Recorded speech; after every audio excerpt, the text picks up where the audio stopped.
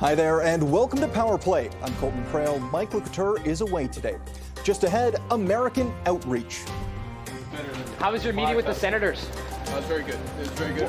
For me, the word of the day is encouraged. The current and the future is keeping these two countries and our economies close.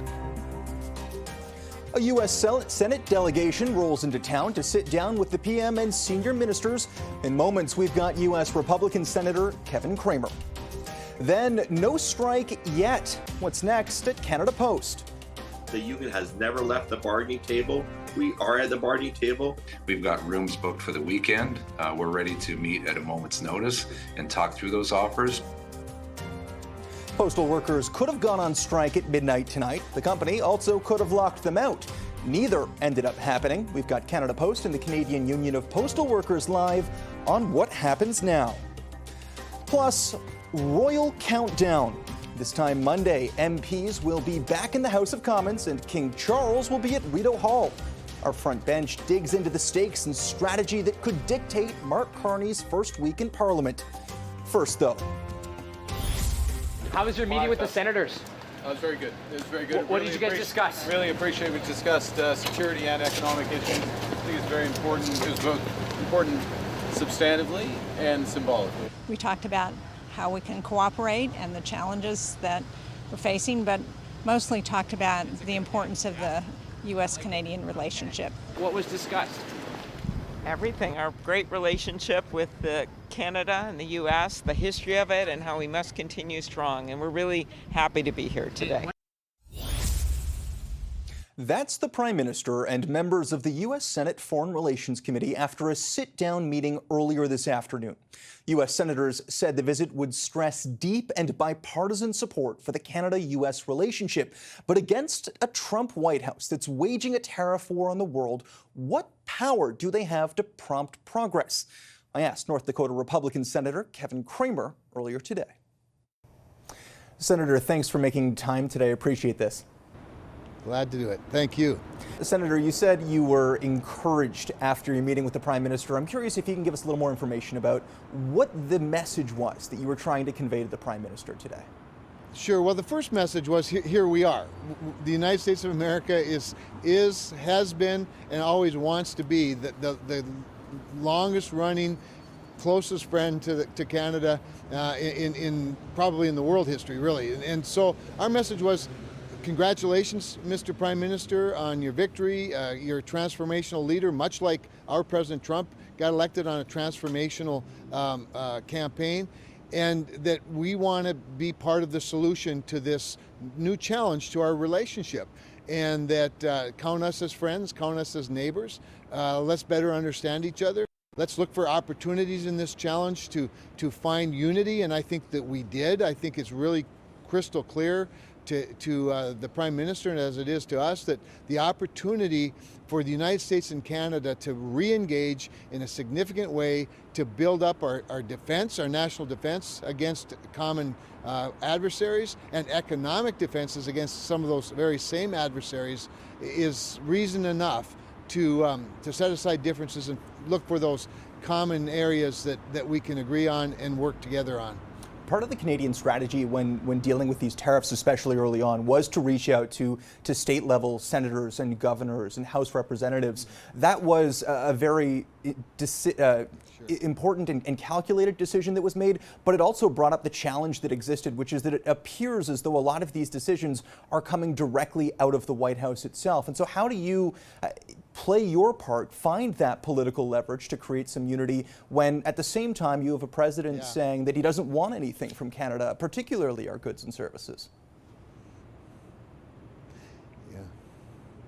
Yeah, no, I think that's an interesting observation and a good point. But remember, he's pretty new at this second term, much like the Prime Minister is new at his. I think it's appropriate to give the President some room to carry out what for him was a campaign promise, to utilize tariffs to try and level the trading playing field around the world, to include our closest neighbors. He has believed for some time that USMCA was a good a blueprint to work from, a good idea at the time, a well negotiated outcome that not everybody has kept as well as they should and enforced as well as they should. And so, as you know, there's a review of that next year. I think he wants to see that happen sooner. In the short term, we have the challenge of the steel and aluminum, the 232 tariffs, if you will, and then the NATO, obligations and national defense, to include, of course, Golden Dome, which the president, I think, is very excited about, and he's grateful that Canada is interested in participating in that. Obviously, they should be, because the Arctic is an important, obviously, region of an important domain that could be challenged. So I just think that the president is much more open, probably, than some people might have thought a few weeks ago. And we, as members of Congress, and for governors and other leaders, we have a role in all of this, not just as ombudsmen, but ultimately as legislators as well at some point, should there need to be some policy changes. But for now, we want to be supportive of our president, supportive of our country, but we want, more importantly, to be supportive of the alliance, because we're a lot stronger working together in pulling the same direction than if we're at odds with one another.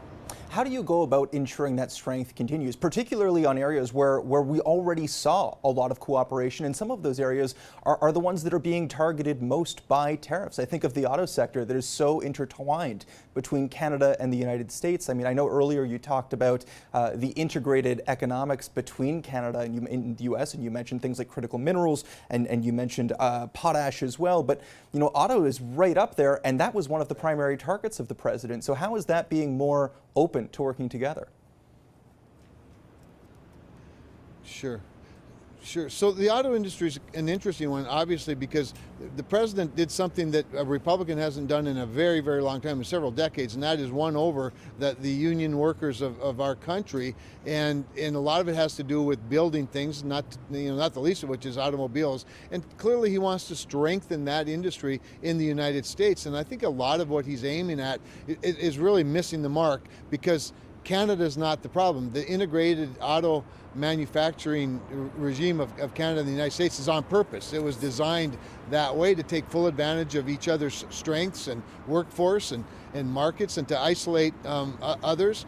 It's worked to that end. So some of that's sort of a broad swath that I think, in my view anyway, it has caught Canada in the crosshairs a little bit. Again, this is why I feel like we can work through that, make some corrections there, and to the degree Canada has to make some, that's fine. But Donald Trump responds to various factors, some of which are things like investment, where investment follows, things like markets and stock markets and other things. So I really think that, again, that's one of the targets. The auto industry is one of the targets, I think, in the short run, because I do believe there's some urgency to that. The reality is that Canada can go other places, but they're better off working with the United States. Here we are, neighbors. Your provinces are darn near like states in my part of the world. So I just think we all need to be talking. We need to be at the table. We need to be encouraging one another. And I truly believe that the healing has begun. Is that a message you're confident you can get to the White House, that you can relay what happened here to the president and make an impact? Well, you're certainly helping with that. But I think, the other day, like I said, I was in the Oval Office for the Golden Dome announcement, spent a lot of time with the president, both on, during the announcement and the news conference, as well as afterwards. He referenced Canada several times in that news conference as a partner, as somebody who's a country interested in participating in Golden Dome.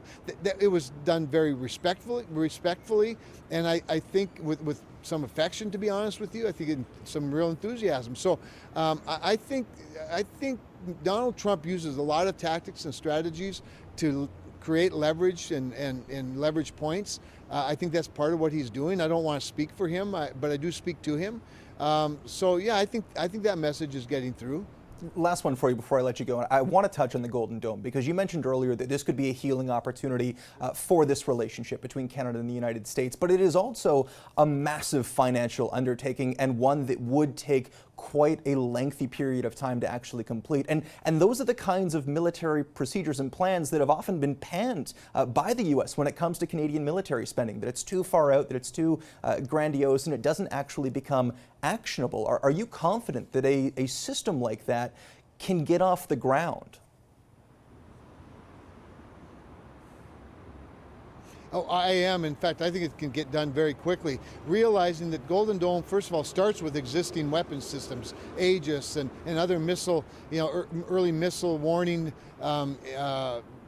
sort of systems that we already have, communication systems, obviously interceptors and satellites, and that can all be added to. There's a lot of work being done right now on the interoperability of those existing systems. And then, of course, there's a grand opportunity to take full advantage of both American and Canadian intellectual assets in this area. Really, Golden Dome and in this sort of autonomous space age of warfighting that we're in, with open architecture, invites all kinds of players to be competitive in this space. I think it can happen very quickly. We need it to be operable very soon because, of course, China and Russia and other adversaries like North Korea and Iran are advancing their technologies at a very, very fast rate. So again, this is an opportunity where we're working together. The geography obviously is a significant part of that, but so are the skill sets and the educational opportunities and the innovation of our two countries, I think, play together in a significant way. And so I don't think it's, anybody that pans it as sort of a fantasy should remember Ronald Reagan, and they should remember that it was just about 6-7 years ago that that this president actually dreamt up the idea of a space force and dared to suggest that we have a space force. That was panned as well, and today nobody's laughing. Just before you go, you're mentioning interoperability, and I want to touch on that. Given your conversations today, do you believe the Canadian government is open to that level of military interoperability, given they're reconsidering contracts like the F-35 deal? Look, I don't doubt that they're reconsidering things like the F-35 deal. I take them at their word, but I also know that everybody's positioning. At the end of the day, the interoperability issue is probably the thing that screams F-35 more than anything else. We've got to get over this little bump in the road. We really do, because I think that once we do that, everybody sort of comes back home to what's clear, what's obvious, and that's not to say that Canada shouldn't be looking to other places to not, I understand that they don't want to be so economically dependent on one country. I think that's probably a lesson that they've learned through all of this, but at the same time, there's still no better friend, stronger partner, longer relationship than Canada and the United States. And I'm just here to tell the people of Canada, I'm for that, and most of my colleagues are for that, and I think most of our country is for that. Senator, I have to leave it there. I appreciate your time.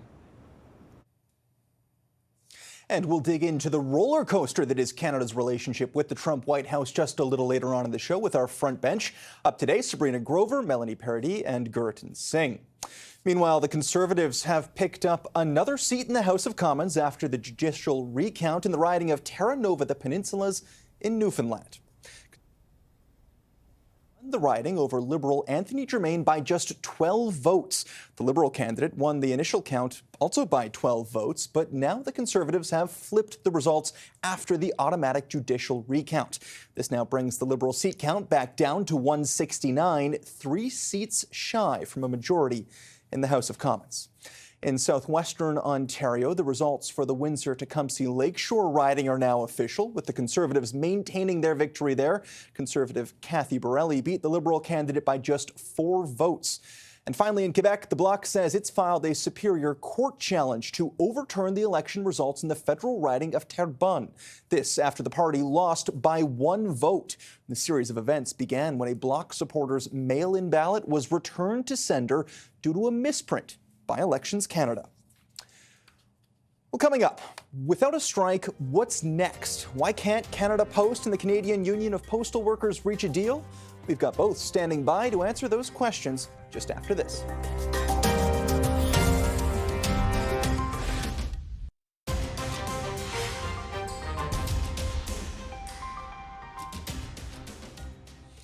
We ended this program last night counting down to a postal strike deadline, one that came and went at midnight without unionized Canada Post workers walking off the job. Instead, they instituted a nationwide overtime ban after meeting with the Crown Corporation and a federal mediator.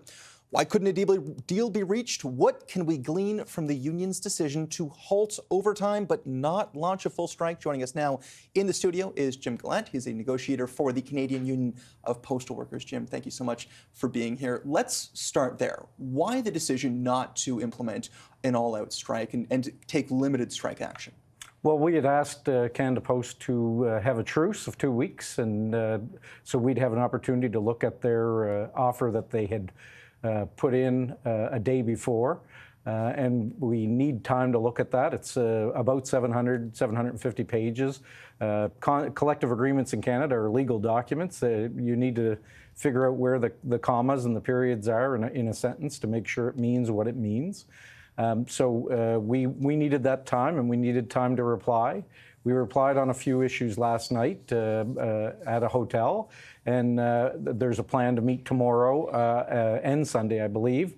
We haven't met today, but the union has spent the day making sure that we're ready to get together to deal with the issues of tomorrow. That the truce that we asked for, Canada Post refused it, and we end up in this situation where there's a countdown to midnight. And instead, we did our overtime ban, and that was the least impact to Canadian public we could make and the least impact to our members. Some members work overtime, but at least everybody be making their regular pay.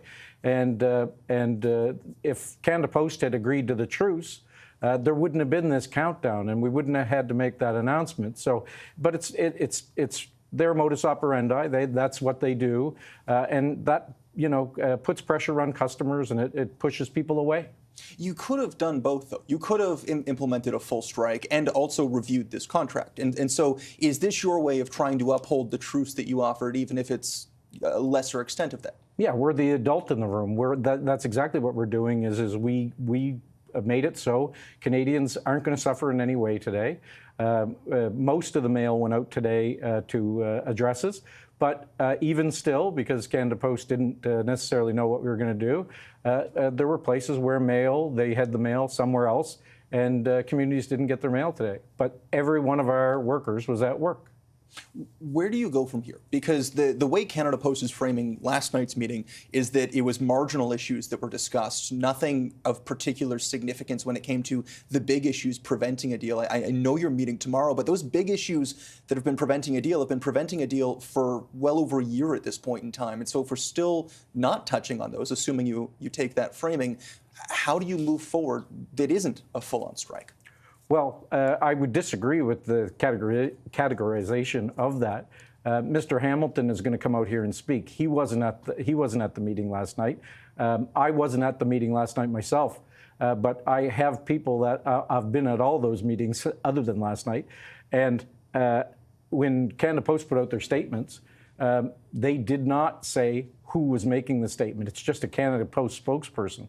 Well, I'd love to know who they are and where they got their information, because the union put movement to the corporation last night, and we felt that there was significant movement, and that's going to lead to tomorrow. We're working on what we put to them last night and other issues, and tomorrow there's going to be more meetings. So that seems significant to the union, but Canada Post continues to frame it as it's not enough, it's not significant, all those things. It's not helpful to get a deal done to keep complaining about it. Some are going to look at the lack of full strike action. They're going to look at the fact that you're still looking over this new deal and wonder if perhaps this is the union taking a step back from some of its asks. Are you accepting concessions here? Are you willing to accept any concessions in finding that new deal? It's a give and take. There's no doubt of that. Like when you say concessions, it depends on the size of the concession, I guess, if you're going to take any, and what you categorize as a concession. Things like there's one category out there that Canada Post is trying to make it so people that come in, get hired tomorrow, will have a different reality than the people that work there today. We've taken on that fight since maternity leave. When we put maternity leave into our collective agreement, and Canadians benefited from that afterwards. There was a male-dominated workforce that took on the fact that women couldn't keep their job when they had a child. So those are the sorts of things. The same thing now. They want to make somebody's pension that they have to work longer, that they have to wait to get into that pension plan. We're not going to deal with those issues. Those are things that we cannot concede on. Jim, I have to leave it there. Appreciate your time. Jim Glant, negotiator for the Canadian Union of Postal Workers. Well, that is the union's take today. We're going to hear from Canada Post in a moment. But first, I want to share the latest from the federal jobs minister, Paradi, who reacted to the overtime ban on social media today, writing in part, early this morning, Cup W resumed strike action in the form of an overtime ban at Canada Post. Federal mediators continue to work with the parties. I expect Canada Post and Cup W to continue their efforts at the bargaining table to reach lasting deals that restore stability to our postal service while protecting its vitality today and tomorrow. The Industrial Inquiry Commission's report offers clear advice to achieve that. Now it's time for the parties to put in the work and to make it happen. And as promised, joining me now in studio, Canada Post Vice President of Communications, John Hamilton. John, let's start there. First off, putting in the work and making it happen. You framed last night's meeting as being relatively minor. We're hearing from the union that they believe there actually were some substantial things discussed in this meeting. Are we seeing progress in your mind?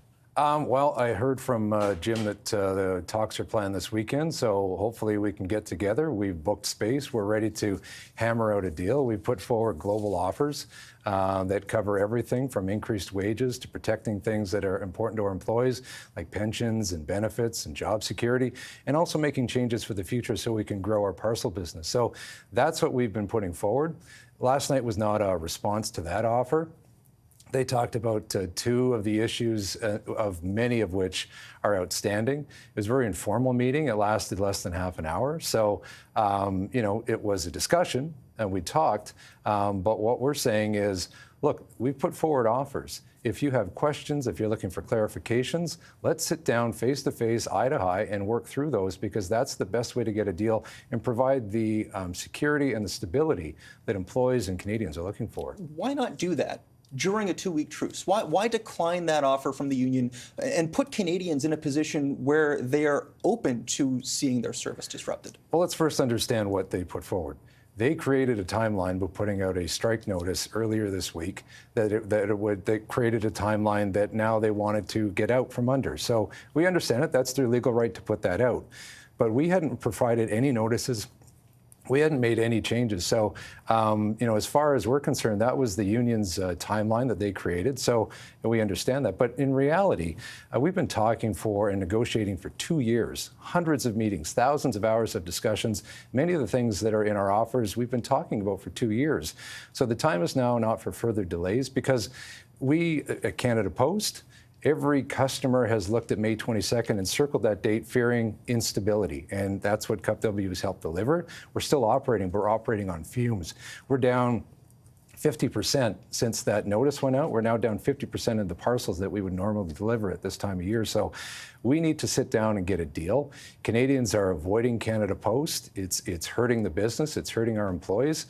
Let's get the stability of a deal. And the only way we do that is sitting down face to face. You're down now, and I understand that, but you've also been falling in the parcel business for quite some time. The market share is about half of what it was a few years ago. What is the plan to get back? What is the rapid plan to actually expand that market share, even if you do get some of the things you're asking for, like temporary workers or part-time workers on weekends and evenings? Yeah, these are good part-time jobs with minimum number of hours and up to a maximum of 40. They have benefits and things like that, and they're more flexible for people looking for that type of work. But is that going to get you into a point where you can compete in the market again? That allows us to provide the types of service that Canadians are looking for. So someone today ordering something online wants it delivered on the weekend. It's Friday, it should come Saturday. That's the expectation now. We can't provide that. And we need that flexibility also to be able to be flexible and adjust our operations based on how many parcels we have to deliver.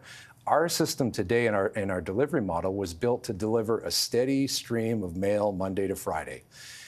We're doing our best with that today, but it worked for a while. We were #1 in the parcel business, but all the new entrants came in after the pandemic. They provided a more convenient service, and that's when you saw our volumes start to decline. So we need to provide that service that Canadians are looking for and expect, and if we could do that, we're a Canadian company. We're run by Canadians. We are delivered by Canadians. We think that's a good thing, but right now we're on the sidelines and we're losing to the competition. So how do you get quickly back there? Because you've pointed out we've been going at this for 2 years.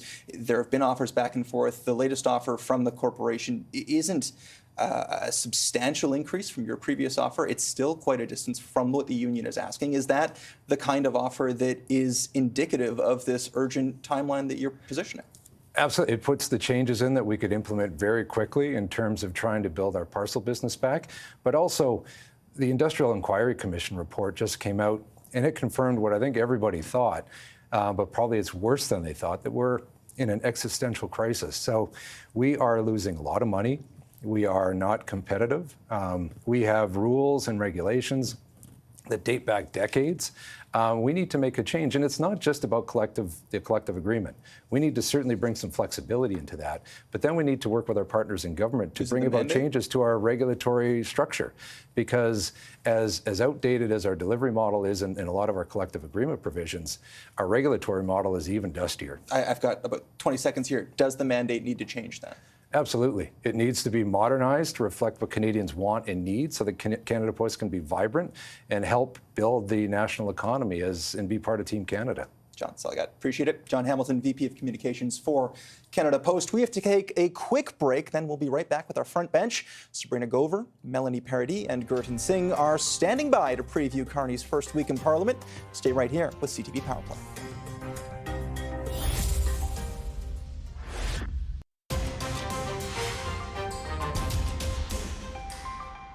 I want to be very clear. In the new economy we are building, Canada will no longer be defined by delay. We will be defined by delivery. Energy is power. Energy is Canada's superpower. It gives us an opportunity to build the strongest economy in the G7, guide the world in the right direction, and be strong when we show up at the negotiating table.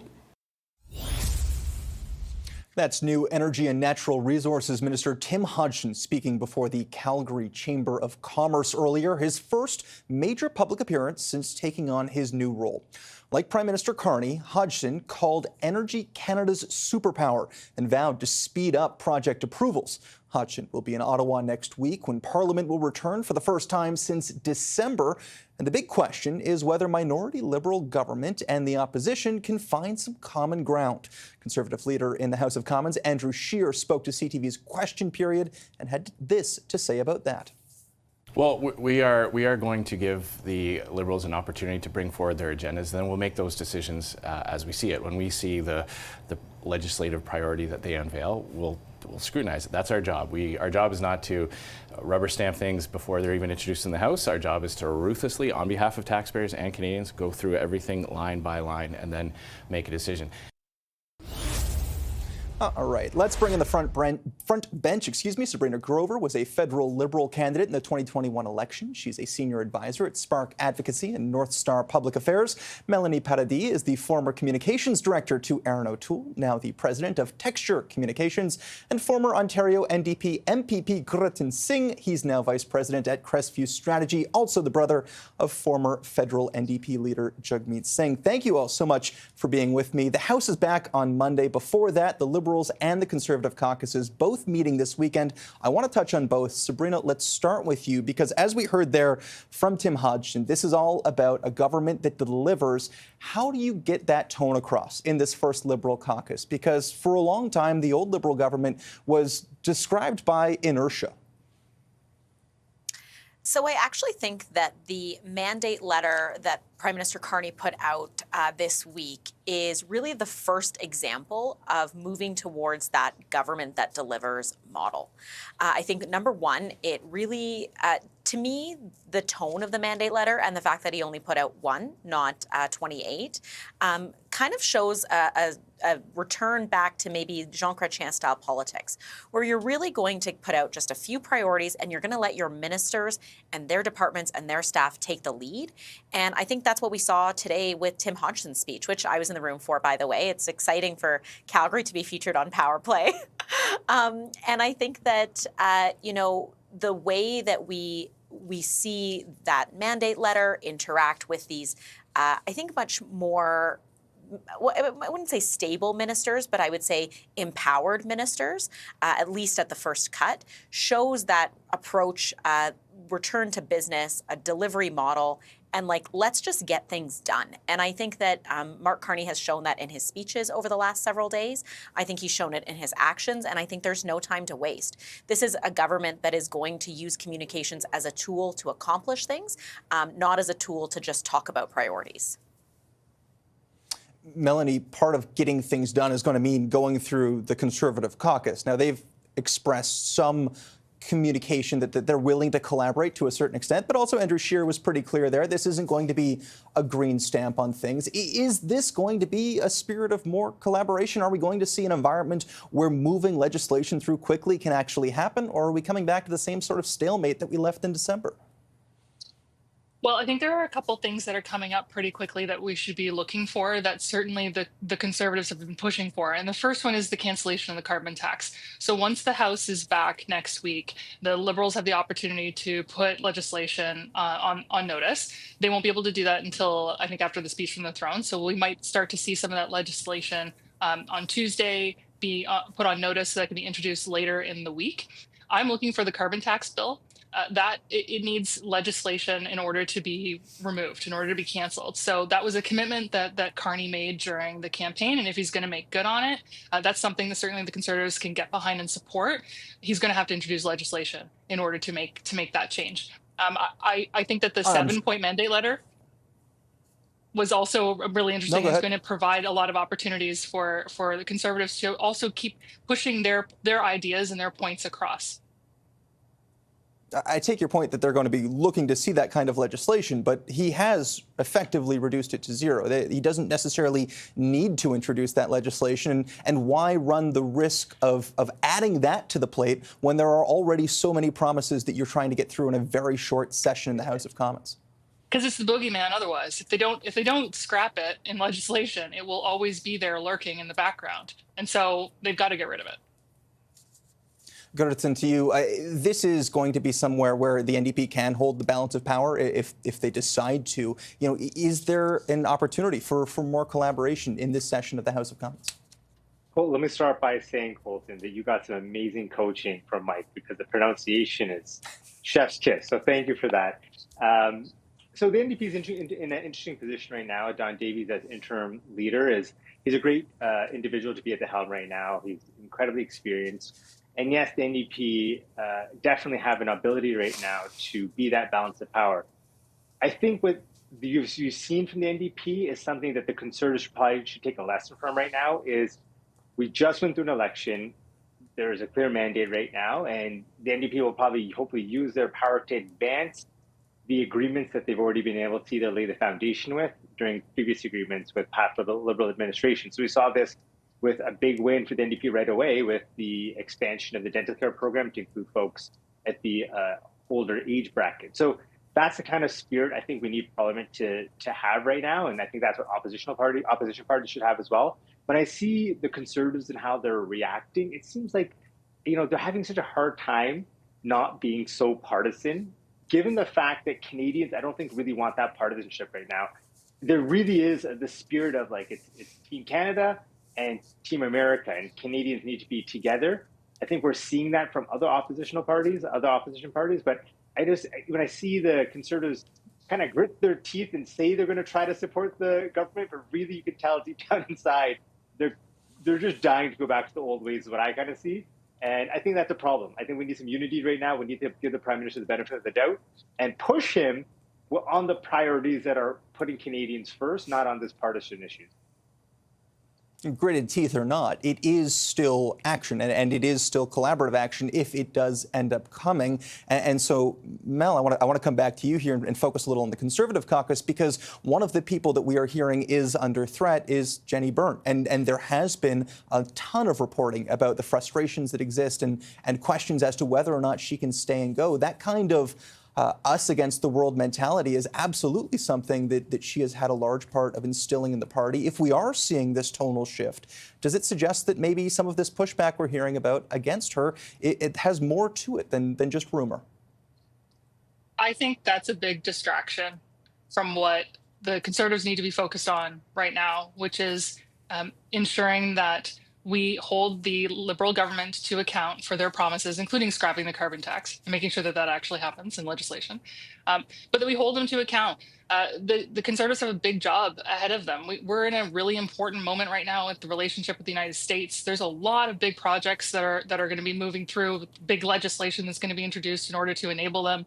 And the Conservatives, as the opposition, need to be focused, laser focused on scrutinizing everything that's put forward by this government, not for the sake of scrutinizing it, but as Andrew Scheer said, because on behalf of taxpayers, that's the job of the opposition, is to go through line by line and make sure that what the government is putting forward is in fact in the best interest of Canadians, and certainly the best deal for Canadians. So I think anything other than that is a distraction for this caucus.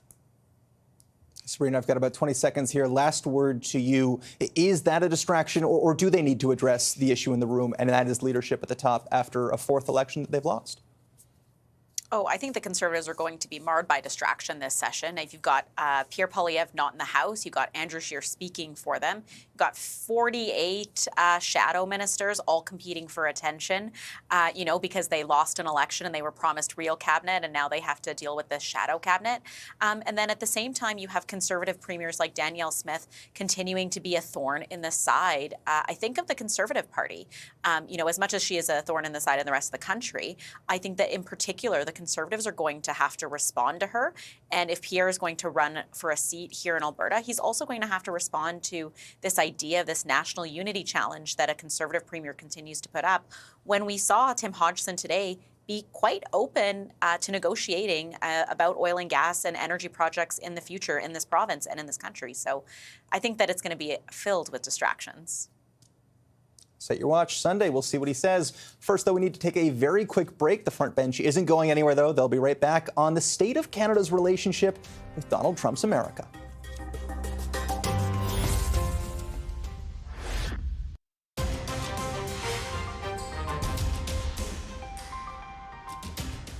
I think Donald Trump uses a lot of tactics and strategies to create leverage and leverage points. I think that's part of what he's doing. I don't want to speak for him, but I do speak to him. So yeah, I think that message is getting through. That's Republican Senator Kevin Cramer earlier tonight on this program, just after meeting with Prime Minister Mark Carney, part of a Senate delegation expressing support for bilateral ties despite the ongoing tariff dispute and Donald Trump's repeated annexation threats. But just days ago on this program, Donald Trump's ambassador in Ottawa insisted that issue was moot. They handled the 51st state issue. Boom, gone. They did it with a smile on their face, went and had lunch, and it's kind of like, okay, let's get to work. All right, let's bring back the front bench. Sabrina Grover, Melanie Paradi, and Guratan Singh.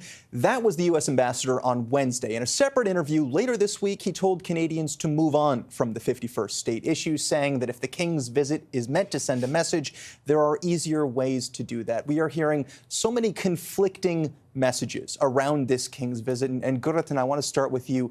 Does Canada need to move on from that message, from the concerns of annexation and the 51st state comments?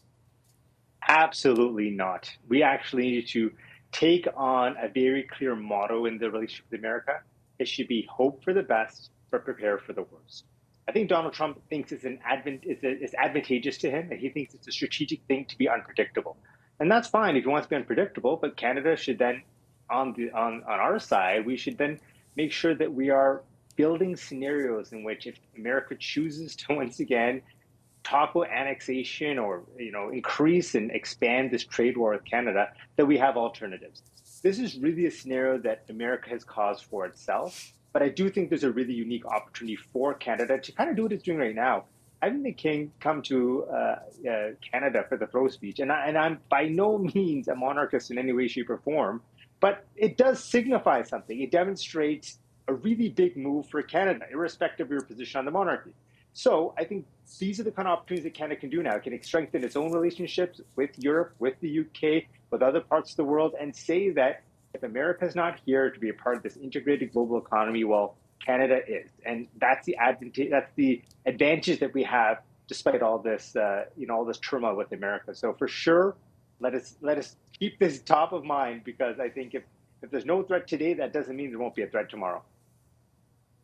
Mel, we've seen Donald Trump moving away from soft power, but he's also not blind to it. He's certainly going to see what's happening here and the message that is being sent. Do you risk deteriorating the relationship that, when I spoke with Kevin Cramer earlier today, he spoke of as rather positive between Prime Minister Carney and Donald Trump? If you keep having moments like this where you poke them in the eye just a little bit, is that going to cause you harm in the long run? Look, I'm glad that the relationship seems to be improving. I think that's important for Canada. But when someone tells you who they are, believe them the first time. So I don't think that we should be taking a backseat or getting over it or moving on, like the ambassador suggests that we do. I think that threat is still very, very real, and that Canada has a really important moment and opportunity right now to get our act together, to get critical infrastructure built like we've never built before, and to dismantle all of the internal trade barriers that we have from coast to coast, and make Canada the strongest version of itself, the best version of itself. And we've got an incredible moment right now, so let's seize it. Sabrina, that is the task in the House of Commons for Prime Minister Carney. Much of that he's promised to do before July 1st. You've got that. You've got a very ceremonial open, the first time a monarch is coming to read the speech from the throne in almost 50 years. I mean, this is essentially setting the stage as grand as you possibly could. How important, how crucial is it for Carney that he delivers over these next 3 weeks? Because the honeymoon period can go south very quickly. I mean, was there even a honeymoon period? He's really entered into a time of trade turbulence. You've got domestic issues cropping up, geopolitical issues, and a G7 in a mere 3 weeks. So I think there's not even a honeymoon period that he's going to have. I think that for Mark Carney, he has demonstrated his ability to open relationships, conversations, negotiations with Europe, particularly Britain and the United Kingdom and France. And I think that bringing King Charles here is a signal of that. I think it reinforces that strength of that relationship with European partners that he can look to. And, it sounds like from Hoekstra and maybe from, other U.S. Political figures that they're starting to maybe feel the pain of the tariff impact. When you look at, for example, tourism down, I think somewhere between 65 and 85% in some places in the United States. The continuing impacts of the stock crash, what I imagine will be lingering impacts from other, things that happened when Donald Trump was flirting with the tariffs quite aggressively 2 or 3 months ago. And so it looks like the Americans are pulling back their rhetoric because they're seeing the pain in their own country and in their own communities, and they're trying to fix some of those damages that they caused. So I think for Carney, it's just stay the course. I agree with Gerton. You have to continue to look strong on this, build those relationships, and continue to build partnerships outside of the border.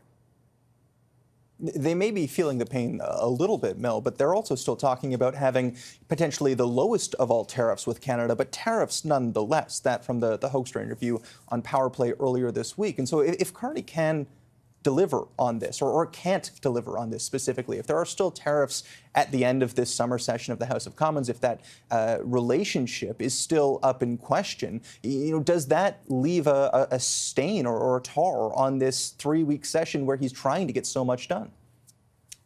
Absolutely. And I think in lead up to a fall budget, he really needs to show progress in the relationship before that. And in fact, if there aren't tariffs by the fall budget, then that changes the budget significantly, because that's something that we won't have to take into account. So hopefully significant progress could be made on that, and Canadians should be trying to hold Mark Carney to that. The other thing that the Americans have said is they're calling on us to come forward with proposals on the tariffs as remedies. So what are some of the things that we're willing to offer up? Is one of those options a partnership in the Golden Dome idea that President Trump has talked about? If they are successful, if the Americans are successful in building a Golden Dome, they absolutely need Canada. They're going to need Canadian territory in order to locate some of these facilities. They're going to need Canadian, military participation. So if we're willing to participate in that, is that going to be something that will, appease the Americans and make some of these tariffs go away? I think there are a couple of options. All eyes are on Kananaskis, in my mind. I think a lot's going to happen at the G7 when President Trump comes to Canada, and I can't wait to see what happens. It's going to be one to watch. Guruthan, last word to you on the G7, on Kananaskis. How dangerous is it to go into that meeting with so much up in the air? Is this something where you need to have everything planned out before you get to Alberta? I think it's been described pretty well that the Prime Minister has not had much of a honeymoon period that generally happens. It very much feels kind of like, there's a trade war going on. It's very much this wartime kind of feeling. And yes, the Prime Minister needs to have, as much as possible, everything buttoned up and be prepared for volatility. I think that's more than anything. And that's why I think the Prime Minister is trying to make those ties with very stable allies right now, like the UK and France and other G7 nations, is a smart move, because it helps then create a coalition of nations that still want to work with one another in the face of America that's really turning its back, towards its global partners. I got to stop you there. Thank you so much to our front bench. Appreciate the time. Sabrina, Melanie, and Guruthan, thank you very much. We'll be right back with all the details on how you can follow next week's royal visit. That's coming up right here on CTV.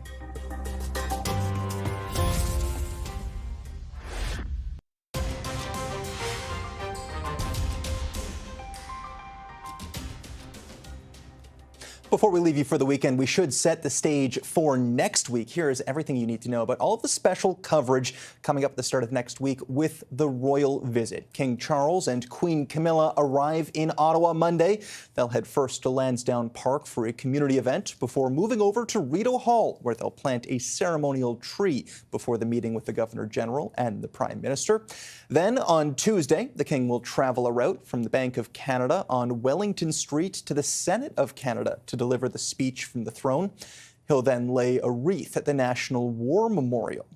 All of this will be live on CTV News. We'll have special coverage of the speech from the throne Tuesday, starting at 9 a.m. Eastern. That's with Omar Sachedina and Vashi Kapelos right here on CTV News Channel and ctvnews.ca. Vashi will also be live outside the House of Commons on Monday for the return of Parliament and a very special edition of Power Play coming up here on Tuesday. Well, that's going to do it for us tonight. Thank you so much for spending your time, spending some of your Friday with me. I'm Colton Prale. Today's top headlines are just ahead, coming up at 6 o'clock.